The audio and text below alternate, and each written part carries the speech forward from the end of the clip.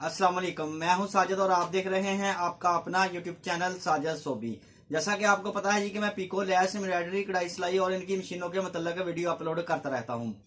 तो जी आज की वीडियो के अंदर मैं आपको बताऊंगा, क्योंकि शादियों का सीजन है और इस तरह की जो फैंसी कमीजें होती हैं जिनका गला भी अटैच हुआ आता है, जो कि कमीज के ऊपर बना होता है, और इसका जो नीचे वाला घेरा है ये भी कमीज के ऊपर बना होता है। और अगर इसकी लेंथ अक्सर ही ज्यादातर लंबी आ जाती है, और इसकी लेंथ को छोटा किस तरह से किया जा सकता है, तो जी इसकी लेंथ को आज हम छोटा करेंगे। इस तरह की फैंसी कमीज को, शादियों का सीजन है, इस तरह की बहुत सारी कमीज आने वाली हैं जी, और इनकी लेंथ अक्सर ज्यादातर लंबी ही होती है। तो इसकी लेंथ को छोटा करने के लिए आपने क्या करना है, किस तरह से करना है, अभी हम चलते हैं टेबल के ऊपर। और पहले मैं आपको बताता हूँ कि आपने इसकी कटिंग कहाँ से करनी है और कैसे करनी है। और फिर आपने इसको मशीन के ऊपर, कोई भी जिग-जैग मशीन के ऊपर आप इसको, ये इसका नीचे वाला जो गिरा है इसको इसके साथ अटैच कर सकते हैं।